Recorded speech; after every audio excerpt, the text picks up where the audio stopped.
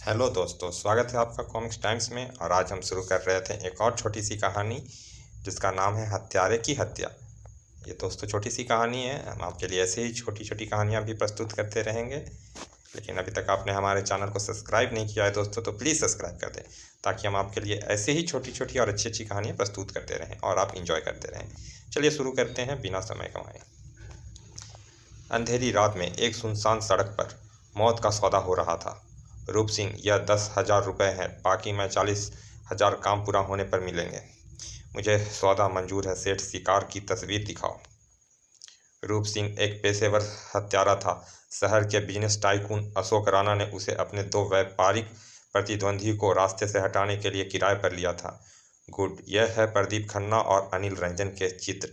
इन चित्रों के पीछे ही उनके घर तथा दफ्तरों के पते लिखे हैं।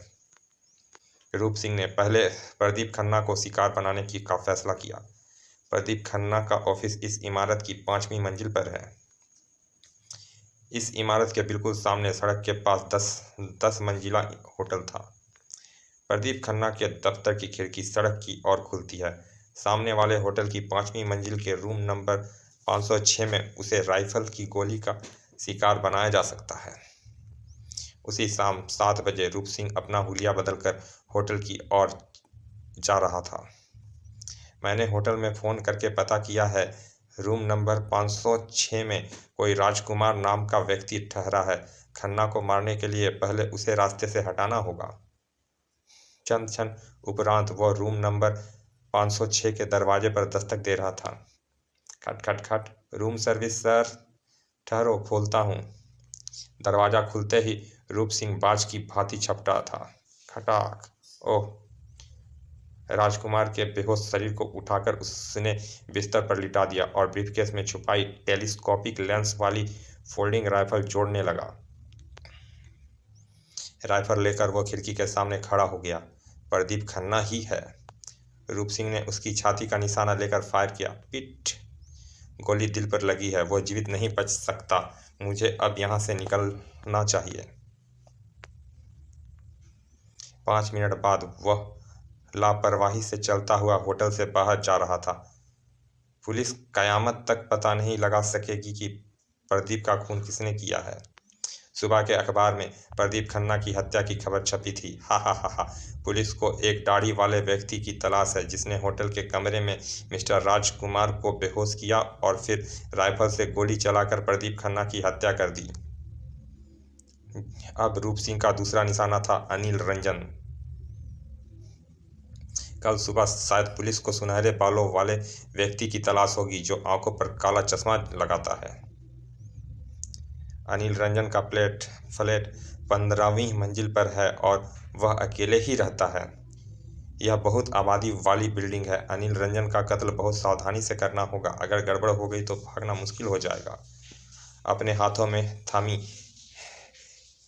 कैन की नली की होल में अपने हाथों में थमी कैन की नली की होल से अंदर डालकर वह हैंड पंप से पंप करने लगा।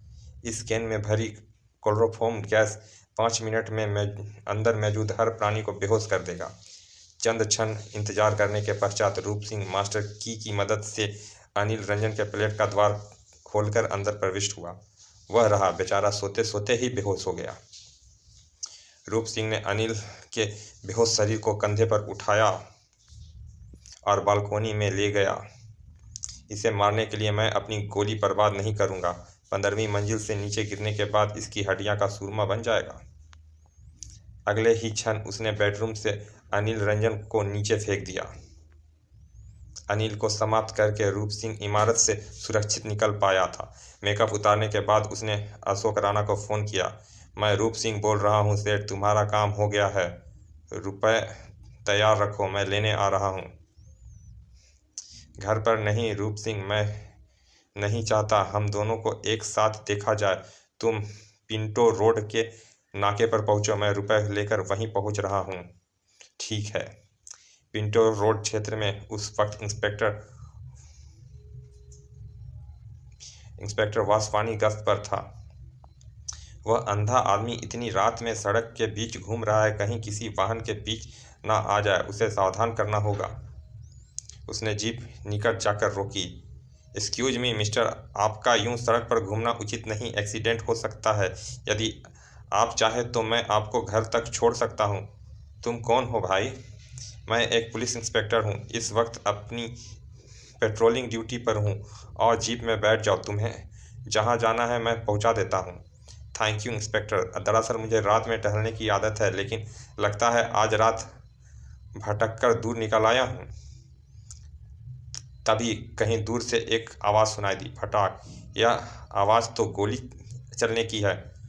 मुझे तो किसी कार के ब्रेक या कार के बैकफायर की आवाज़ लगती है। नहीं इंस्पेक्टर, यह गोली चलने की आवाज़ थी। मैं ऐसे आवाज़ों को खूब पहचानता हूँ। तुम्हें उस उस तरफ जाकर देखना चाहिए। ओके, तुम्हारी बात मान लेता हूँ। इंस्पेक्टर ने आवाज़ की दिशा में जीप मोड़ी और सड़क के भीड़ पर खड़ी एक कार के निकट जीप रोक दी। तुम लोगों ने अभी किसी फायर की आवाज़ सुनी थी क्या? वह गोली की नहीं, मेरी गाड़ी का बैकफायर की आवाज़ थी इंस्पेक्टर। गाड़ी का कार्बोरेटर कुछ खराब है। यही मेरा भी ख्याल था, लेकिन यह तुम्हारे साथी को क्या हुआ? क्या यह नशे में है? नहीं, यह सो रहा है, मैं अभी जगाता हूँ। उठो भाई, देखो इंस्पेक्टर साहब कुछ पूछ रहे हैं। इंस्पेक्टर ने कार से दूसरे आदमी की आवाज़ सुनी। इंस्पेक्टर साहब से तुम ही बात कर लो, प्लीज़ मुझे सोने दो।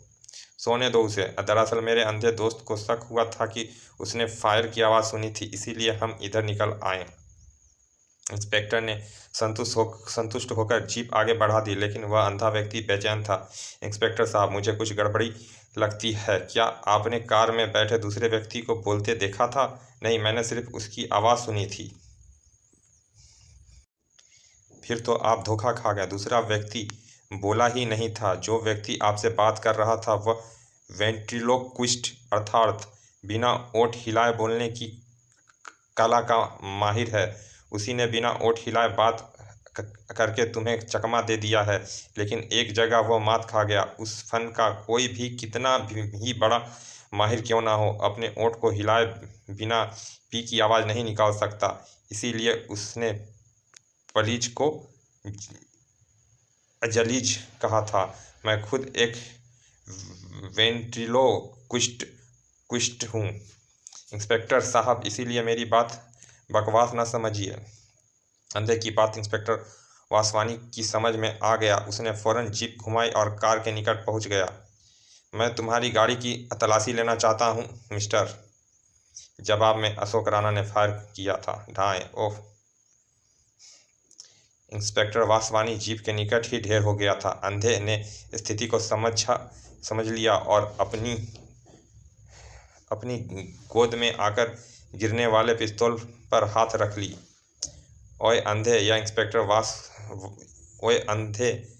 इंस्पेक्टर वापस क्यों आया था? इसे क्या शक हुआ था? शक इंस्पेक्टर को नहीं हुआ था। मैं भी एक वेंट्रिलोक्विस्ट हूँ, एक सर्कस में नौकरी करता हूँ। अब बताओ, तुम्हारा साथी बेहोश है या मर चुका है? मर चुका है। मैंने गोली मारकर उसकी हत्या की है। दरअसल वह एक पेशेवर हत्यारा था और मैंने उसे 2 हत्या करवाई थी, लेकिन भविष्य में वह मुझे ब्लैकमेल करने लगे, इसीलिए मैंने उसे धोखे से यहाँ बुलाकर उसे गोली मार दी। अब तुम्हारी बारी है, क्योंकि तुम कभी मेरी आवाज़ पहचान कर मुझे पकड़वा सकते हो। हाँ, मैं तुम्हें पहचान तो सकता हूँ, लेकिन इसके अलावा भी मैं एक काम और कर सकता हूँ। क्या? अंधे ने फुर्ती से पिस्तौल आगे किया। मैं आवाज़ पर निशाना लगा सकता हूँ। मेरी गोली उसके चेहरे के आसपास लगी होगी और यह स्टीयरिंग पर लुढ़क गया होगा। उसे क्या पता था कि मैं सर्कस में आवाज़ पर निशाना लगाने की कला का प्रदर्शन भी करता हूँ। फिर अंधे ने जीप में लगे वायरलेस सेट पर सारी घटना की सूचना हेडक्वार्टर को दे दी। परिणाम स्वरूप अच्छा हुआ मैंने वायरलेस पर हेडक्वार्टर को संदेश दे दिया था, वरना मुझे यहाँ लाश के साथ सुबह तक बैठना पड़ता। समाप्त। चलिए दोस्तों, ये कॉमिक्स यहाँ समाप्त होती है। मिलते हैं फिर ऐसे ही किसी अच्छे से कॉमिक्स के अच्छे से भाग में। ये छोटी छोटी कहानियाँ होती हैं दोस्तों, ये सोचने पे मजबूर करती है कि इसके आगे क्या हो सकता है। तो प्लीज़ सोचें और कमेंट करें। चलिए मिलते हैं फिर ऐसे ही किसी अच्छे से कहानी के अच्छे से भाग में। तब तक के लिए धन्यवाद, विदा।